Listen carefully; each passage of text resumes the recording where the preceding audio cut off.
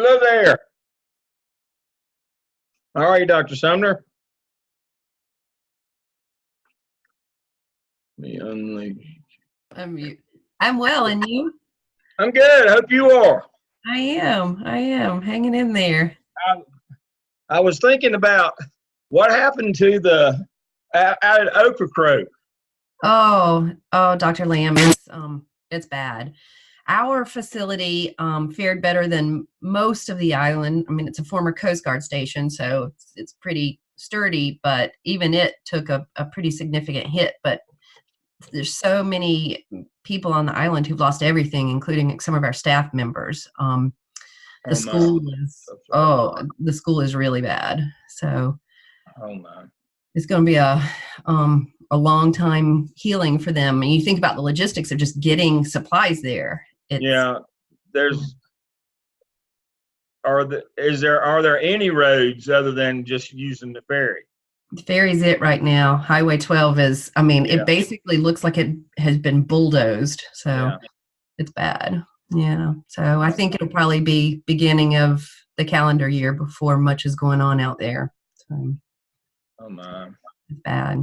Yeah. Oh my. Yeah. I ache for them because it's a really special place. Have you been before? Mm-hmm. Yeah. It's a special place, and It I really is. for them. Yeah. It's been a while, but I went back when years ago when you could drive down 12. Mm-hmm. Um, and so um, the part I think would bother me the most is not being able to drive away if you needed to, that you'd have to wait on a ferry. Yeah. That I part, fantasized about living there off and on for the last couple of years, since I've been with NCAT, and it's times like this when I think, no, I'm good. yeah, I The couldn't do that. medical issue would be, I think, Well, that's that's the what I mean. scary part. You Yeah. can't drive away. Yeah. Um, You're there. I don't know. Um, Hmm. and Well, you definitely can't drive away now because about 70 to 80% of folks on the island, their cars were destroyed. So, oh yeah, oh Lord, yeah, that's yeah, that's bad that's news. bad. I was thinking about. It's been a little while back, but we were at a restaurant one night, Lake Norman, my wife and I, and there was a guy there that had on a cast all the way up to his hip. Mm. Engaged him in conversation. I'd seen him on around the lake, and he'd had a jet ski accident on the lake, and they had to airlift him out with a helicopter. Hmm. He was out in the lake, and so they had to send a helicopter to get him. And I think the transport fee for the helicopter was $15,000 to the hospital. So imagine if you're on the island. And and your insurance doesn't pay for that part. Mm-mm. Mm-mm. Um, so I don't know. I think about things like that. Yeah, that's Um, true. um, if you had any kind of a medical emergency Hmm. and you had to be airlifted or, ooh, Yeah, oh my, it's a major financial setback for yeah, sure. that would Yeah, that would get you. yeah, for sure. Um, you Um, know, the last Friday in no, first, excuse me, the first Friday in May in 2018, mm, we were preparing for the Founders Day dinner at our mhm. um, homeowners association at our club, and my wife cut her thumb, knowing that she wasn't supposed to be picking up knives, but she picked up one anyway. Very first cut, I she cut her remember thumb, that. and the first urgent care uh, Lakeside Family Physicians, we're members. Mhm. They were closed, and they sent us to the other one. Got there, and they only had a nurse practitioner was all on duty, and she said Mhm. she couldn't deal with blood. I thought, well, strange occupation to have. wrong, You can't deal wrong with it. occupation choice. So, short story long, as I usually do, we had to go to the emergency room. And now she just cut her thumb just across the edge of her nail there. Mhm. We saw everybody in the hospital, I think, before we left. Stayed all night. It was daylight. This happened at 10 minutes too late. We got home. It was about 8 o'clock the next morning. Um, that visit, just our part, not the insurance, just our Mhm. part was $2,400 to go to the emergency room. That is crazy. So that's what I was just thinking about. If you're out there, getting Yeah. to the hospital would be a major A expense. major And undertaking. everything that you'd have to do, you'd probably have to get most of your medical services through the emergency room. Mm-hmm. I Mm-hmm. doubt that you would Very have limited medical exactly. services available on the island. And if you've Very. got anything that's just the least little bit, basically the urgent cares, most all you can do is Just if you've got the sniffles or a cold or something. But if yeah, there's and that's about it. if you Mhm. show up at the emergency room, our Blue Cross Blue Shield doesn't help you a lot. Nope, And that is so true. those are the kinds of things that, I know. it looks good on paper. But but yeah, it's times like that when I think, no, not so much. Well, Yeah, you should. exactly. Did you tell your wife that next time you're going to keep some fishing line around? Yeah. Well, it wasn't that bad. I mean, when they finally sewed her up, she only needed like 4 stitches. Mm-hmm. But you don't know. But I mean, You don't know until you know. well, I mean, she said I wasn't that kind of doctor, so she wouldn't let me look at it, and the people at the urgent care, they wouldn't look at it. She said she didn't deal with blood, and I thought, What's their practice limited to? I wonder. I guess you got a cold. I can't make that up. Now I freely, and I told you it was a Friday evening. By So the time we got to the second one, it was about 8:15, 8:20. it seems like if you're going to work the Friday evening shift, you should be prepared for a little blood. Yeah, but I'm not up on all the medical designations I should be, since we've got a school there at Gardner Webb. But I thought somebody who was a nurse practitioner could actually deal with blood, but I think they're supposed to. that would be in their clinical experience. But I don't know. Maybe not. Maybe not. That's a true specialization. What we were over at the hospital, and I thought, now I'd like to have this discussion with her, but I'm over at the hospital now. It really wasn't a good time. About her clinical experience. It But was a yeah, teachable moment. they came out after we checked us in. And my wife was, got the towel around her hand, and it's bloody. And they came rolling out. They had a cart with a computer on it, with a thing where they came out. You had to pay $400 just for them to see you. Wow.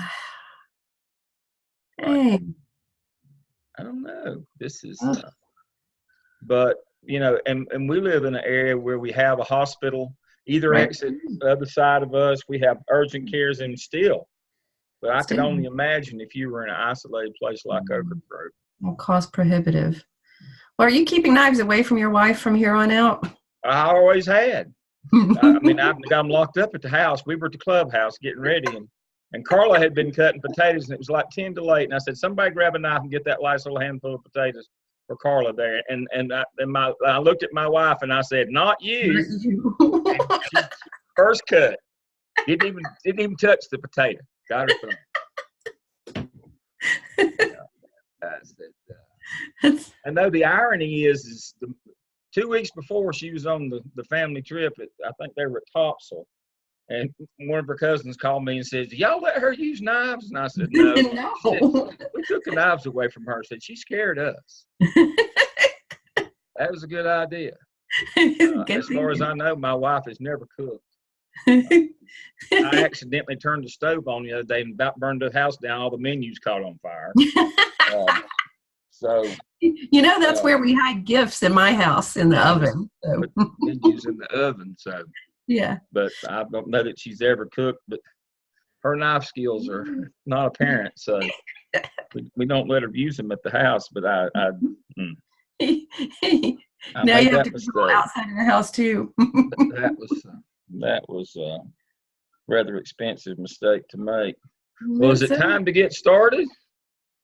Let me share the screen and we'll go ahead and get started tonight. Dr. Barnes, welcome everybody else. This is week 4 of Mels 603 for the fall of 19. Thank you all for being with me.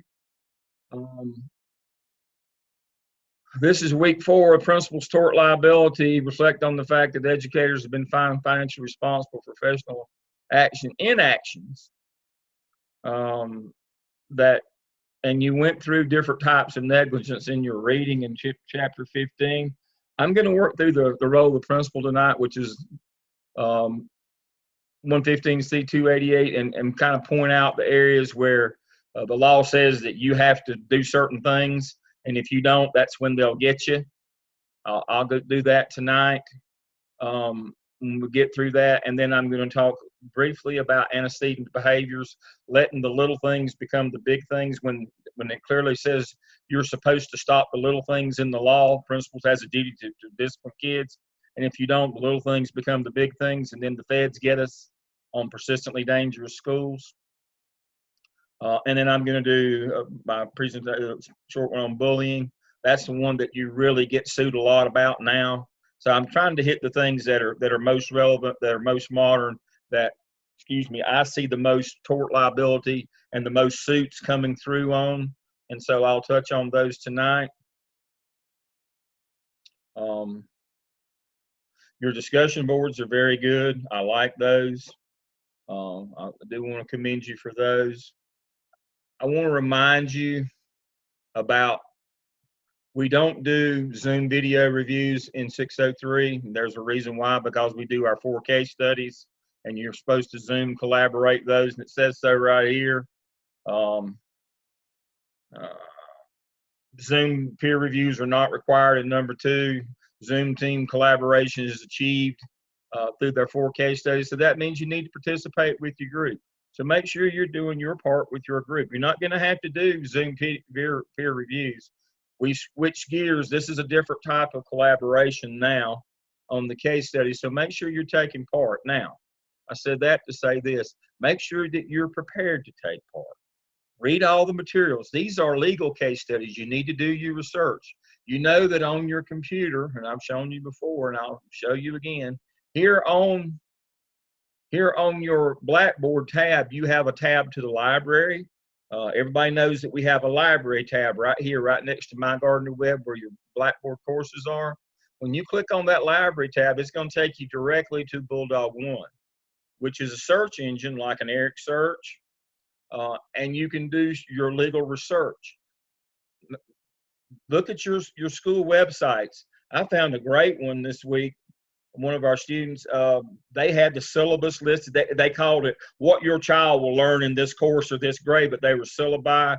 They had all their policies about grading. I mean, they had everything either in the school district or linked to the school.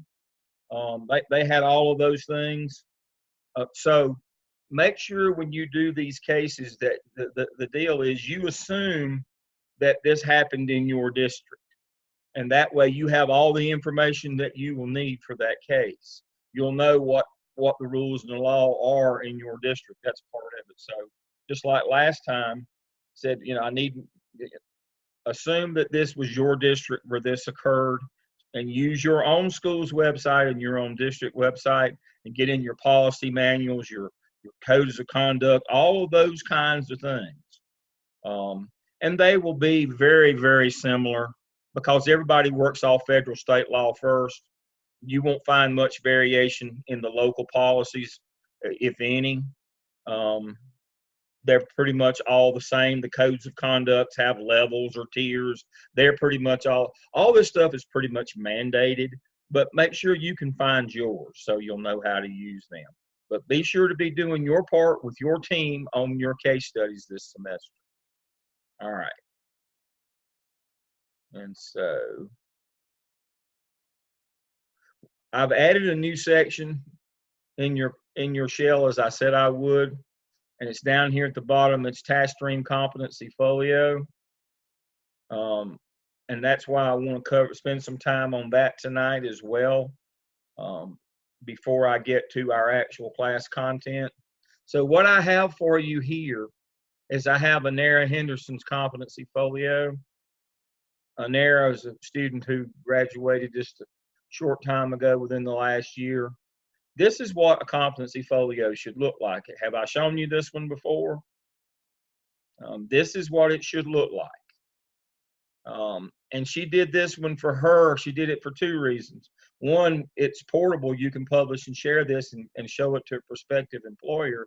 The other point of this is that if you highlight your digital learning competencies and submit your transcript, you can get your digital learning credits, CEU renewal credits from doing this competency folio as well. And that's what Anera did. She just highlighted and did a brief explanation. Here's her 3: open-ended, SIOP, and AppSell as the directions call for. And she highlighted the 2 that are digital, and there they are. There's her 3 artifacts. And you can go through any of hers, and she did that on all of them. There's her 3. It's just that simple. Now, some of them she had more than that. I noticed one there's one with 4 in it. We won't penalize you if you do extra. Remember, this is your folio that you're going to use to attract potential employers when you go out and can show them the work that you did. We have to submit it to the state and to CAPE to prove that you did a clinical. Just having a log with the clinical hours is not enough for them. They want proof in the form of artifacts because, as I've shown you before, North Carolina principals are evaluated on the basis of evidence artifacts. Evidence, written narrative of what you did. Artifacts are things that you generated from the work that you do, and that's what artifacts are. And if you take it a step further, like Anera did, and just highlight which of these are your digital learning competencies, you can get your CEUs and renewal credit for that as well. So she did such a great job with this. This was from March 19. She was a spring graduate. So Anera did a really good job, and she gave me permission to use her folder as an example. So hopefully in the end, yours will look like this. Now, to that end, in your shells, I have also put a short 4-minute video that I did sometime back. It must have been about a month, judging from the length of my beard, about a month later last year when I made this one. And there's a video on how to set up your competency folio. It's 4 minutes. I've run through it before, so I won't take our time to do it tonight. But if you have not done your competency folio, you need to set it up. If you have done it, I want you to go in and, within the next week, and put 1 artifact in it and request comments from your coach so that we make sure that your folio is linked to them in TaskStream. And so let me show you again how to do that.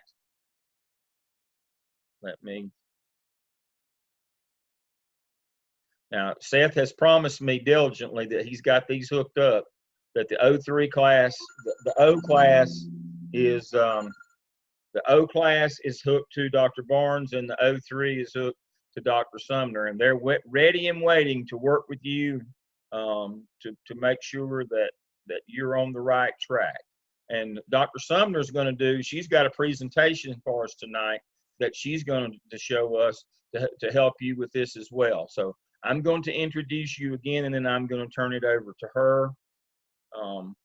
So remember, you go into TaskStream. It is not in your DRF portfolio that says Spring 19. It is not in that. You have to go to Folios and Web Pages up here at the top, and you should have made one. If you didn't, you will come here to create new, and I put a video in how to start there and how to create your own competency folio. And so, as you can see, I made one again last week. Spring 19 again. Spring. I made a Spring 19, Steve 10. I made another one last week. Where is it? Oh, it's 19. Fall 19. And to come in. Now, when you request comments, and I'm going to turn this over to Dr. Sumner. When you request comments, please only request comments on the ones that you actually put an artifact in. Please don't select all and make us look through 23 different places to find that one artifact that you put in there. So let's say you're going to put a communication in and you upload one and you request comments.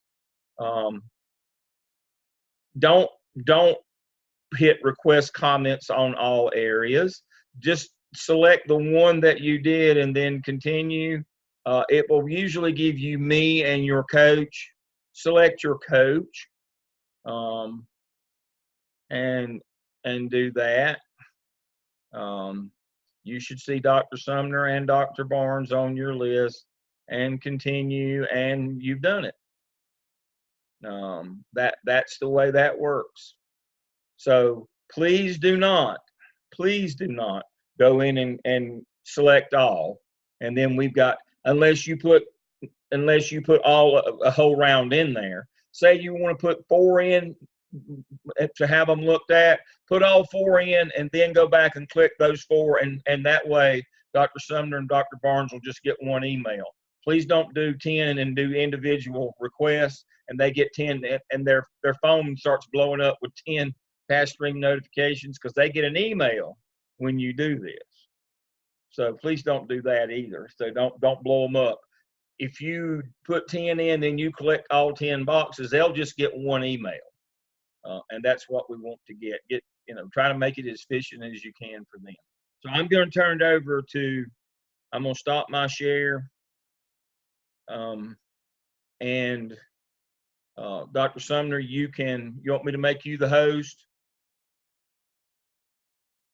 Let me unmute her. Unmute Dr. Sumner, she's muted. There we go.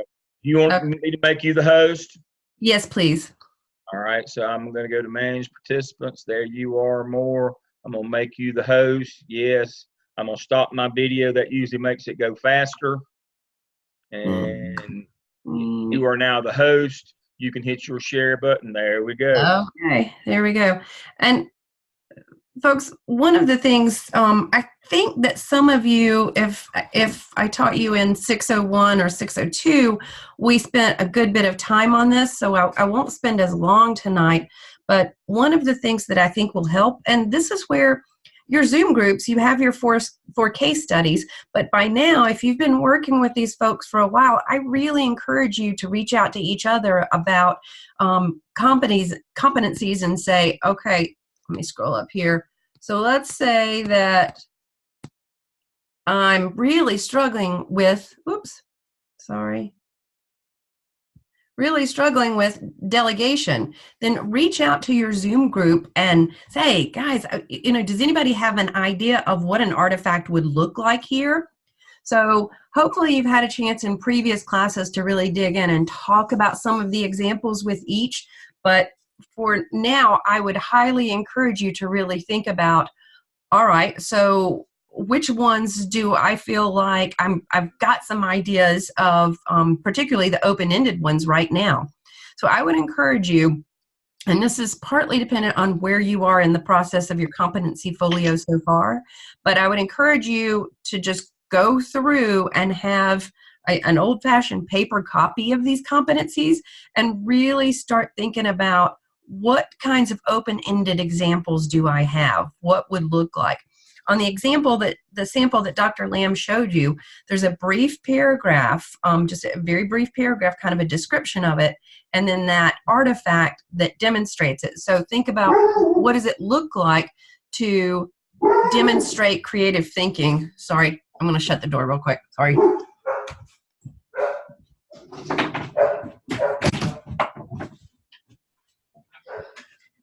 I apologize.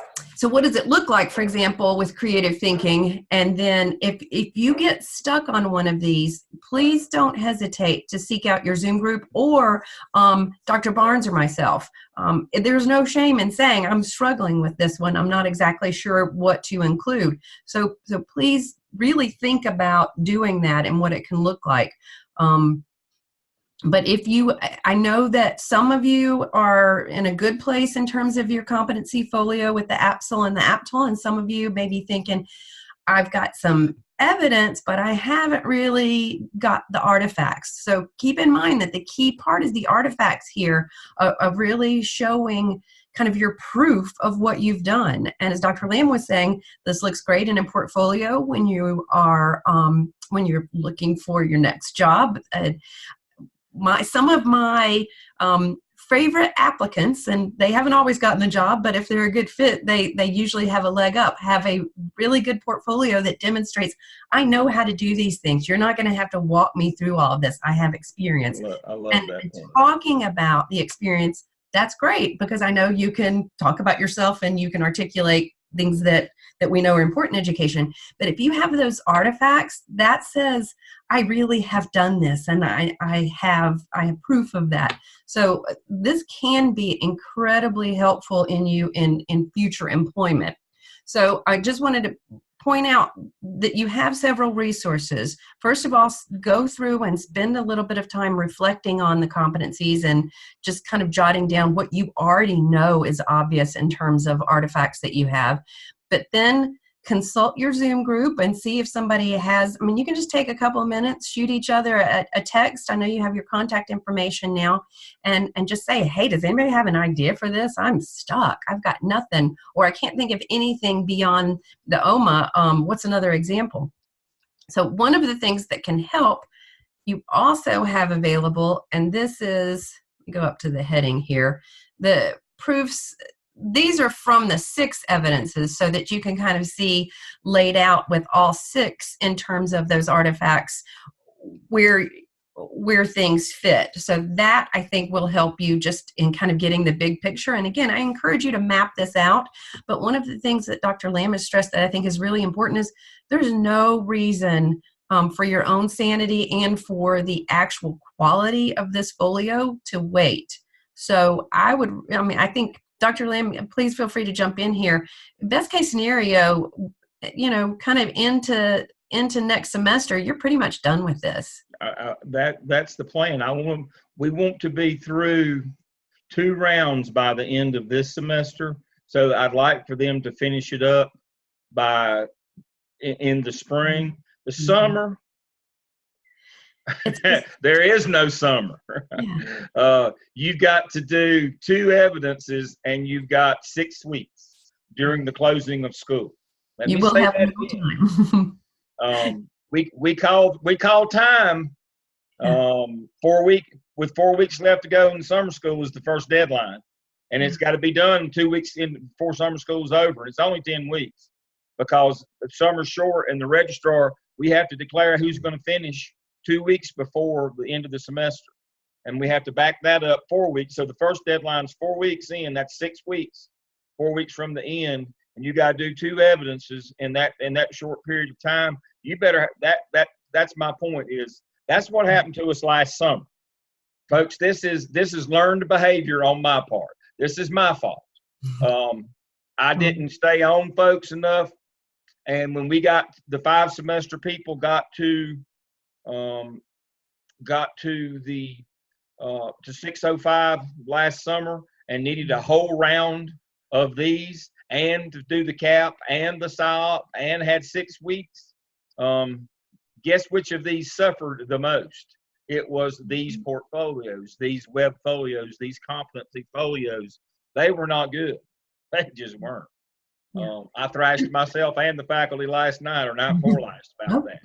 Showed examples of, we had to pass stuff that, I hope nobody sees this. I hope they didn't show an employer this. Yeah. Not good. And that's the thing too about summer is many of you, hopefully, in the summer are going to be applying for jobs. Yes. And you're going to be interviewing that letter in that says you're on target to graduate successfully. So you want that portfolio done because you will not have time to deal with it in the first part of summer. Yeah. So that's another reason if you think that's probably going to be you and we have it happen on a regular basis. We want you to look as competitive as somebody who's been out 6 months. Yes. I'll do interviewing with you in that last semester. We'll teach you the 4 different types of interviews and all the tricks about them and all the pitfalls and the landmine questions they're going to ask you. We'll have you prepared for that part, but you need to be able to, take your thumb drive in and say, or you can email it like Anera did with just a link that they just have to click on in an email. I mean, that's the neatest thing. Mm-hmm. I mean, you share that. They just click on an email and there it is, or you can take it, you can download it and take it with you. But it really is impressive when you can walk in and say to people, I can do more than just talk about this stuff. I can do this stuff. And you won't have to stand and hold my hand all the time. The rule of thumb in the school business is this: you're only new till lunchtime of the first day you're there. After that, after lunch, you're either part of the problem or part of the solution. You can't claim you're new on day 2. Nope, you were new yesterday. We have expectations of you today. You know, I one of the stories I tell is we had a problem with some attendance data in elementary schools. The district was taking parents to court over non-attendance of a child who was 6 or 7 years old. And this was going to be a custody hearing, and they wanted attendance data, and the school hadn't been putting any attendance data in. And became an issue, and the principal's response was, well, I have a new data entry manager. And I, I asked the question, and this was in May. And I asked the question, well, when did you hire her? She said, oh, back in August.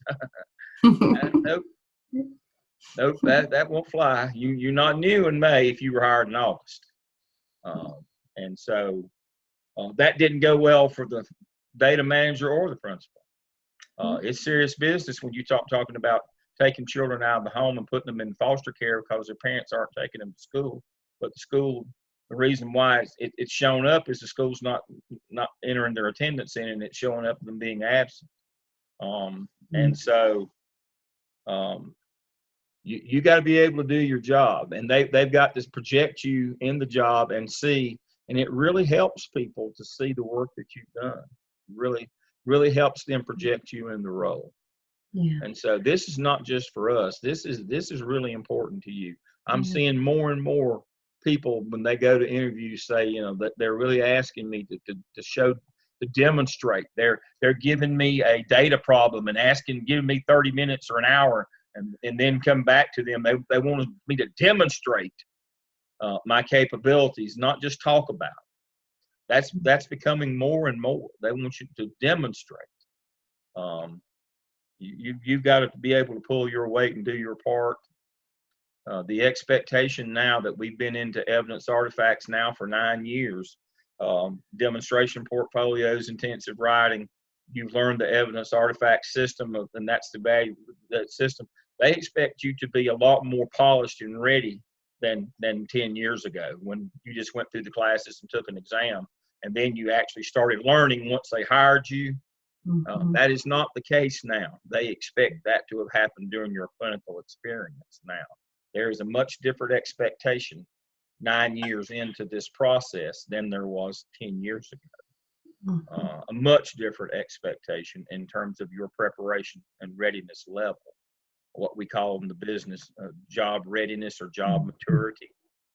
They expect a much higher level of that now than before, because we don't have time to wait with ESA in terms of those requirements and school performance.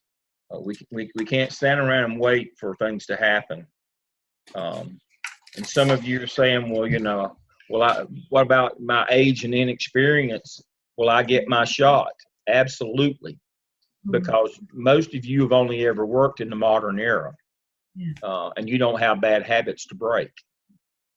And so I'm amazed at how many young people, when I say young, I mean young in the business, how many young people in the business are getting administrative jobs now, not only because of what you know and you understand the process, but because of what you don't know. You don't know the old way. That was the bad way. You've only been trained one way. They don't have to retrain you. You didn't learn the old system. You've learned the evidence artifact system. And when you walk in, you don't have to be retrained. You're ready to go. You are part of the solution after lunch the first day, instead of being part of the problem. It's true. That's what we're looking for here. Is we're doing some prep work in that you really need to be done in 4 semesters. By the end of spring, all 3 rounds need to be done. If you don't, we're going to be burning the midnight oil like we did last summer, where I was up day and night working with students and grading these things well past the deadline, trying to get in under the wire to get them out. Um, Mhm. it's not. I don't mind the work part. That's not what I minded the quality part. For Quality. some students, it was been an embarrassment if they had shared that with an employer. Yeah. Um, and And and if I could just missed say one more opportunity. thing with it, and then I'm ready if you're ready to turn it back over. One last Yeah. thing that's sometimes hard is trying to think about these competencies from the standpoint of a leader. So if you're still in the classroom, if you can start seeking out these opportunities, and your internship is a great time to do that, where you're open-ended. In particular, are opportunities for leadership outside of your classroom with your students. They don't all have to be, but that helps. So particularly, again, if you're going to use it as a portfolio with your job interview. Um, just a kind of a housekeeping note here. When you go in and out of TaskStream, be sure to log out each time. And even if you're going to come back just in a few minutes, log out to this point, and then you can just hit sign back in. It'll take you back. Do not let TaskStream lock you out. If you leave it open too long, it says 90 minutes, but I've had it to happen after 30 minutes of inactivity. It will lock you out. It may be 6 hours before you can get back in. So don't let TaskStream lock you out. So I sometimes lose track of time when I'm working and I have several applications open. So even if I know I'm going to come back to TaskStream in a few minutes, be sure to use the log out button and come back to this screen. And one of the things that I do is I run TaskStream on a different browser. Chrome's the best. I run it on a different browser as well, and it doesn't seem to give me nearly as much trouble in terms of locking me out. It doesn't go to sleep mode as fast if it's the only thing on the browser. If you have it open with several other applications, it will go in 30 minutes or less. If it's by itself, it will go to sleep after. It'll give you up to 90 minutes. So I always, as you can see, I've got it on Chrome. That's the only thing I have on Chrome, and I can just minimize that and go back to Edge and have all my stuff up on Edge, and keep that open, and I can go back to it later on. That's just one of those quirks when you're working back and forth, like in a competency folio, and you've got it open or you've got TaskStream, close out, stay out, or you've got up to 90 minutes, you can stay in it. But don't let it lock you out if you can help you. And if you've got things that you're taking back and forth, it's good to log out and have it on, but also to have it on a separate browser. I get a lot of calls and emails. TaskStream's not working. Is there a problem? Well, did you let it time you out? Oh, yeah. Well, there you go. I can't help you for 6 hours. All right. So I've got that in both of the class shells. It's down here at the bottom on the folio. So let's get back to tonight's session, Zoom session 4. And the first thing is the role of the principal. I'm going to go through the law and show you the areas where you have to be most concerned about negligence. And so the first one is your fire drills and safety inspections. We've already talked about that. Monthly fire drill. Make sure that when you do the fire drill and all your teachers take your students to the appointed place, you're supposed to check to make sure they have a class roster in their hand. When you come by. Back in my day, we had registers. That's what they were called, yellow register books. But they have to have a class roster. Remember now, you need to do that assessment inventory every 2 weeks to make sure that you've stayed free of fire hazards and that you log those copies. Some of you have, sometimes they're Google Docs, some are electronic, but make sure that you do that. It's your duty to inspect the buildings each month, twice a month during the regular school session. Cafeterias, gyms, boiler rooms, storage areas, auditorium, stage, as well as all classrooms. And that's why that assessment inventory is so comprehensive. And they want written copies of this stuff. You need to keep your written copies. This is the one that will get you. If anything goes wrong in your school and the kid gets trapped, even if they don't get hurt, there's going to be a lawsuit. So make sure that you do that. And all of your drills, we've been talking about that. We had one, and I won't mention where, they're talking about they were concerned the principal asked them to shelter in place during an active shooter drill, but they couldn't barricade their door. Now, active shooter says that you are to either barricade or flee, but don't go to a room that you can't barricade. The principal said they were going to get them some materials inside the room so they could barricade the door. Well, until that time, I would want to flee. The problem with putting kids in the back of the room is it makes it really easy for shooters to get them off if they can get in. But make sure that your district does tornado drills, shelter in place drills of different kinds, like tornado, active. Make sure whatever the road is in your district, that you're doing those drills on that regular basis, and then you'll be fine. You've got to do medical care. You can assign duties to teachers, and that's supervision. And so supervision is the biggie. That's why I told you this semester that it's about master schedule, supervision schedule, and duty roster, making legal ones of those. And you say, Dale, you nitwit, what's master schedule got to do with supervising kids? It's the heart of your supervision program. The non-negotiable in master scheduling is every kid must be assigned to a teacher every period of the day. We can never have a time where kids are not accounted for, that there's not a responsible adult that is supervising them. Years ago, when I first went to Charlotte, Mecklenburg, they used to stop school and let kids leave campus for lunch at Myers Park High School. It's down in the South Park area. Nobody was responsible for those kids for an hour. That's all well and good till somebody gets hurt, has an accident, there's some sort of an assault or something happens on campus. And so they obviously they lost a lawsuit and had to discontinue that practice. So the master schedule says these kids are with these teachers in these numbers. The numbers don't exceed the legal limits for supervision purposes. See, one of the mistakes that people make is thinking that class size limits are just about learning. They are first, but second, they're also for supervision purposes. We don't put 60 kids in one room and expect one teacher to supervise 60 kids. That will lose in a court of law. If you exceed the state limit, you're putting yourself at risk of losing a negligence lawsuit if something happens in a classroom. And in an open area, if you exceed 1 to 45 is the legal standard. 1 to 45 in the gym, the cafeteria, those areas, if you have more than 45 kids for every adult you have on supervision, you're likely to lose no matter what. And as I've told you before, it doesn't matter the facts of the case. It doesn't matter that if you'd have had 100 teachers there, you wasn't going to stop that fight.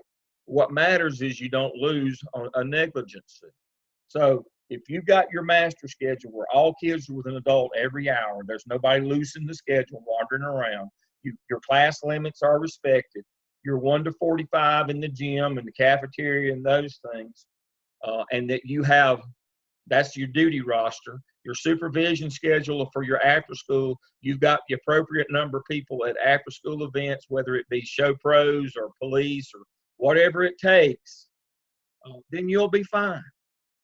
Then you will be fine on supervision. If you're inspecting your building regularly and running all your drills, you'll be fine. But the problem is if you don't do those things, you will not be fine. It's just that simple. Those are the hot spot kind of things. Fire drills, safety inspections, and all your disaster, tornado, active shooter drills. Make sure you do those. Make sure your master schedule, you're not exceeding your class size limits, and you have to submit a report electronically every month called the School Activity Report, SAR. that monitors that. Make sure that you're not having large groups of kids in the cafeteria, auditorium, or gym unsupervised or under supervised 1 to 45. If you do those things during school activities, after school, you have a duty roster where teachers are on duty at the bus lot and the car lot and, you know, the places they're supposed to be, you're golden. Even if something bad happens, we don't want anything bad to happen, but even if something bad happens and you button down those things that I've just talked about in terms of supervision, you will not lose in court. If the lawsuit is based on negligence, you know, that there wasn't adequate supervision, you've got it covered. You've got it covered. The problem comes when teachers leave the room, there's nobody supervising those kinds of things. That's when you get in trouble. Now, the last part on this is this: if you're assigning duty roster and supervision schedule, remember duty rosters during the day, supervision, and teachers are not going and pulling their duty, and you never go and check, or you never follow up. Your part, you allow them just to sign up and then not go through their duty. That will come back on you. You need to show that just like me, high school principal with 6 APs and 2 assistants, I still out on car duty every morning. That way I make sure that the other people were there as well. If somebody said, you know, if there was an issue, were you supervising the people that were supposed to be on car duty? I was. And I had an AP in charge of the back bus lot. Yes, that person's there every day and has a backup. If there's some reason you're out of town or you're at an early meeting or something, you've got a backup. But there is somebody there every day, not checking the car riders, but checking the people that you have checking the car riders. That is doing the fidelity check to make sure that you're following through. That's what you need to do. So that's the negligence piece. That's the lie. If you can get around those, that's 95% of the negligence suits that I just covered. And then the other two that I want to hit quickly tonight is, first one is antecedent behaviors. This is a presentation when I was the keynote at 2011 at the Helpful Living at Curry in Greensboro. You get thrashed by the federal government if you have too many acts of crime and violence. We've already talked about that. You know, there are 16 acts of crime and violence. 9 of them are acts of violence. The others are just acts of crime. The acts of violence count against you in the federal calculation for persistently dangerous schools. You don't want to be one of those because you'll get reconstituted and you'll lose your job as the administrative team. And so one of the things that you have to understand, again, going back to that 115C288 duties, responsibilities, principle, you are required by law to discipline kids for their behavior. And what we know is the little things become the big things. And so here are the little things that become the acts of violence. Gang activity leads to serious assault with injury, serious assault with weapons, and carrying weapons. We know that that's what gang activity brings. Cyberbullying and bullying brings about 2 things. It brings about serious assaults. It also brings about serious sexual infractions as well. Sexual harassment, that leads to that. Sexting, inappropriate displays of affection leads to all of your sex crimes. These are these 4 things, and inappropriate or displays of affection, kind of things that go along with the 2 at the bottom of the screen here. That's where our big acts of violence basically stem from, the smaller things. And so I have a slideshow here, and it covers all the laws and what you got to do and what established, No Child Left Behind. It's been replaced with ESA for the academic piece, but not for the school violence piece. It is still the law on school violence.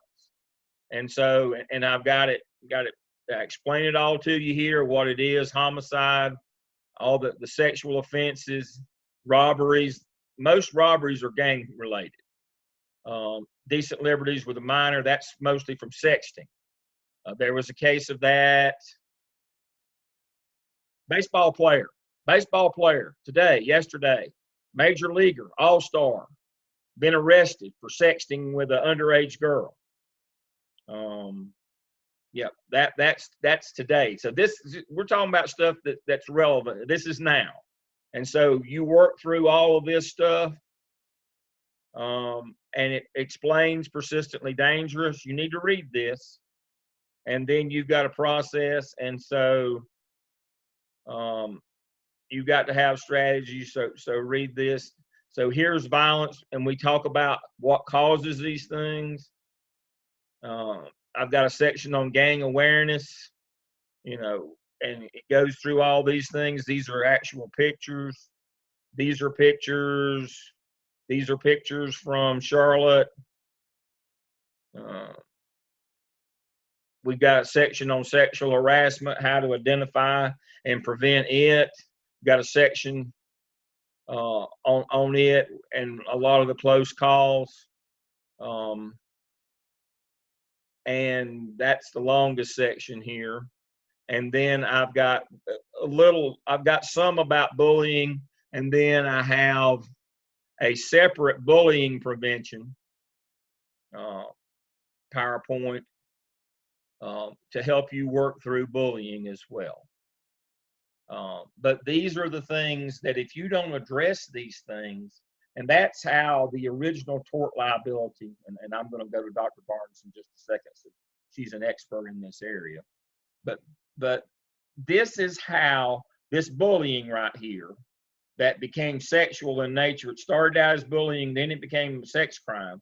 This is how that tort liability came about in North Carolina in 1992. I was a principal at the time.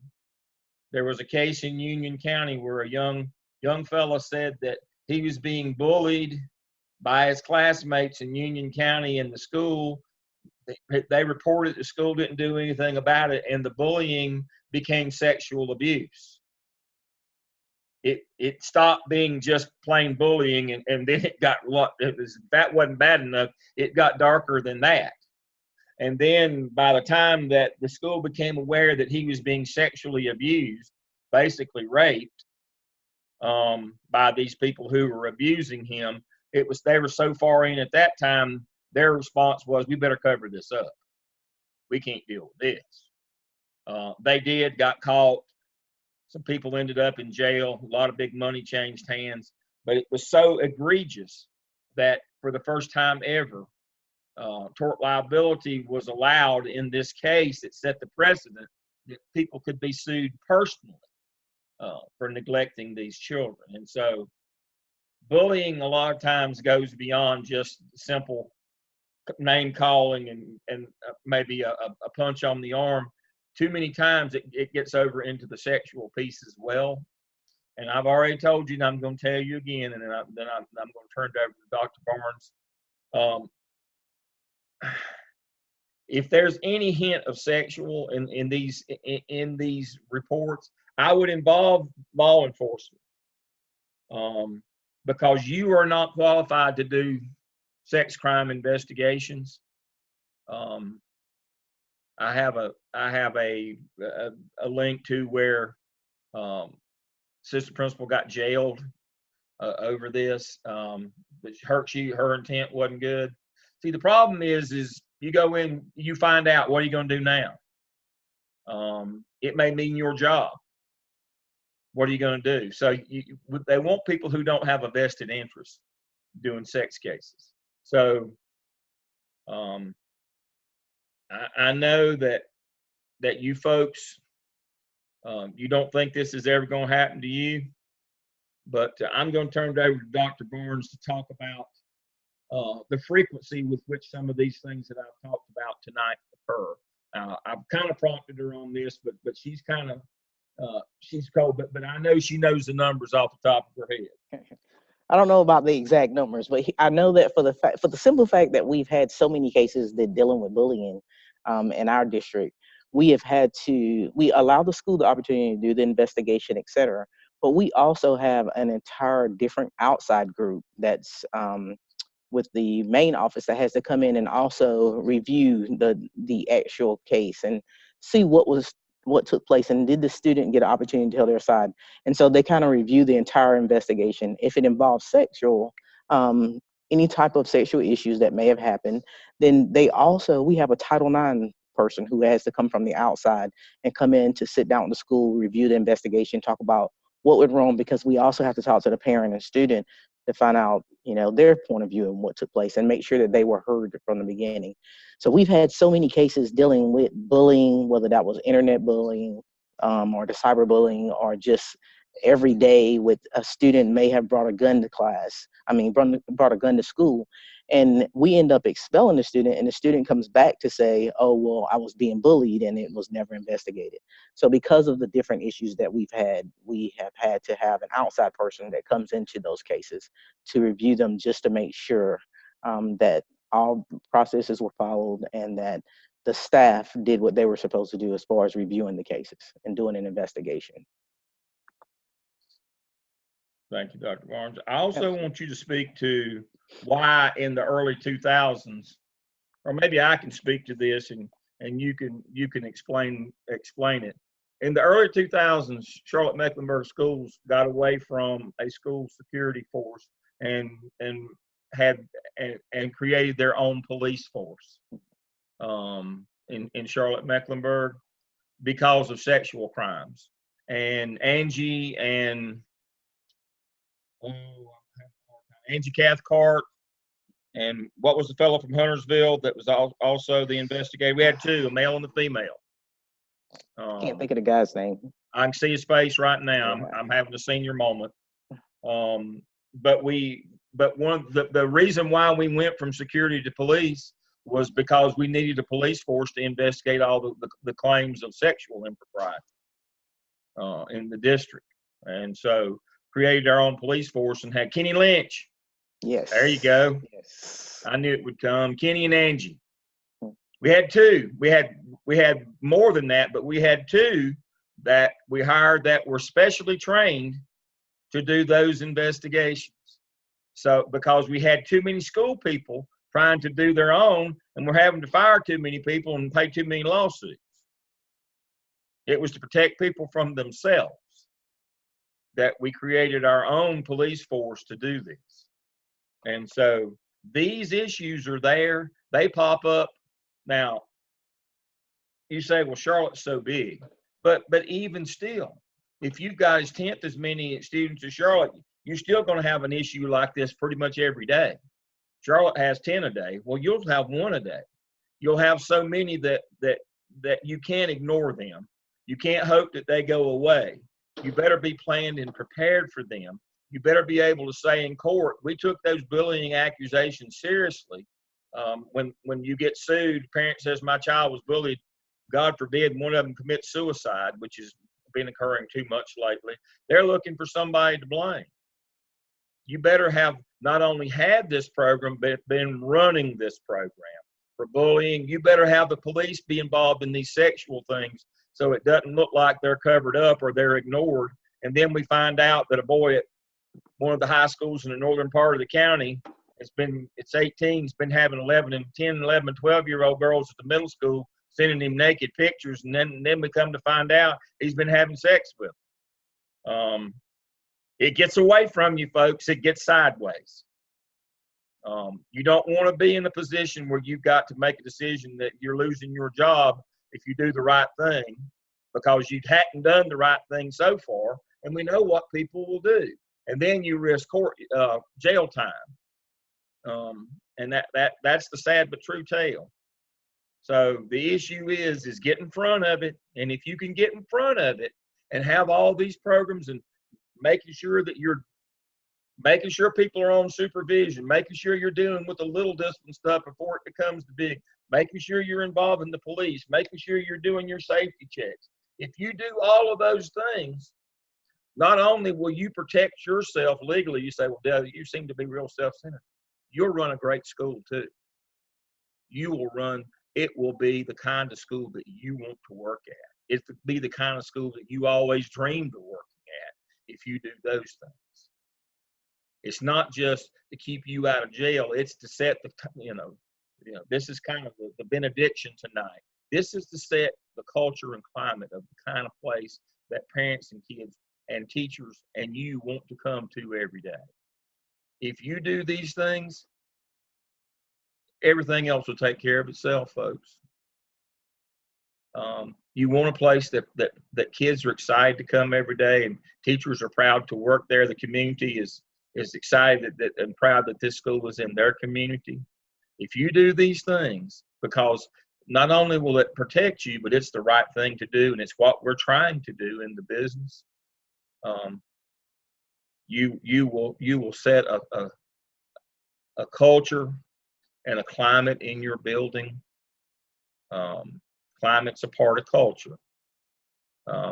That kids want to come, parents are glad to send their kids, and people want to work there. And the community is proud of you and proud that you're in their community. My last thesis tonight is this. One of the reasons why school funding has lost so much traction in the last 25 or 30 years is we haven't done these things. People aren't proud of the schools that are in their community. And that's how school funding, which is a local issue, by the way, folks, it's local. School funding capital is local.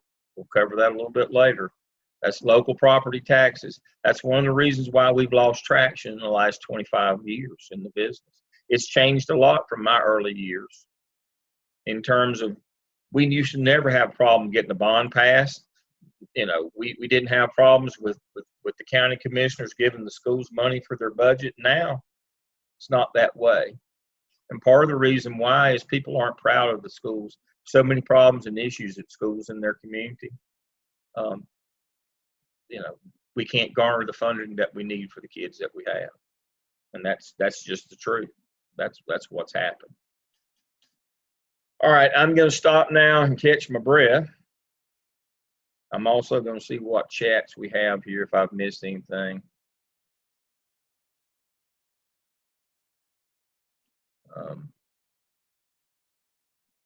I'm sorry to hear this for Leslie. I'll do that. All right, anybody have anything for the good of the group before we go? Let's look ahead a little bit. Next week in week 5, students' rights, review local student handbook, student discipline. We're going to be looking at disciplinary plan, search and seizure. We're going to be looking at that disciplinary data reporting manual. That's where Dr. Barnes is going to get to shine next week. That's her purview. Thank you tonight for Dr. Sumner for her presentation. Dr. Barnes is going to lead you through some reporting issues that and some things that she thinks are important for next week. I'll expect her to talk to you a little bit since she's in the job right now. You're to observe student due process at school and report what surprises you the most. I'll spoil the surprise. It's going to be the amount of time that it takes to process discipline. That's what's going to surprise you the most. The depths that they have to go to get statements from everybody. That's what I'm referring to. So we're going to be moving into individual discipline for next week. Again, it's in state law. It requires you to do it. You better do it well. And then you've got to report what you did. So that's where we're headed. In 2 weeks, we'll be back to case study 6. So y'all can start next week getting your case study ready, meeting in your groups. Remember, case studies in this class are about the law and policy. Use the ones in your district. Your opinion counts. It matters. But make sure that it's based on law and policy and not some political bent one way or the other. That won't help you in court. That you agree with politicians or they agree with you is immaterial. They'll ask you, did you follow the law and policy?